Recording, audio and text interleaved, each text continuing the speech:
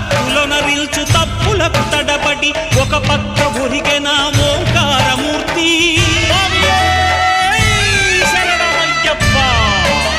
స్వాములందరూ తనకు సాయము కాగా ధీమంతుడై లేచె ఆ కన్య స్వామి. పట్టబంధము వీడి భక్తతతికై పరుగు పరుగున వచ్చె భూమిపైకి నరుడై.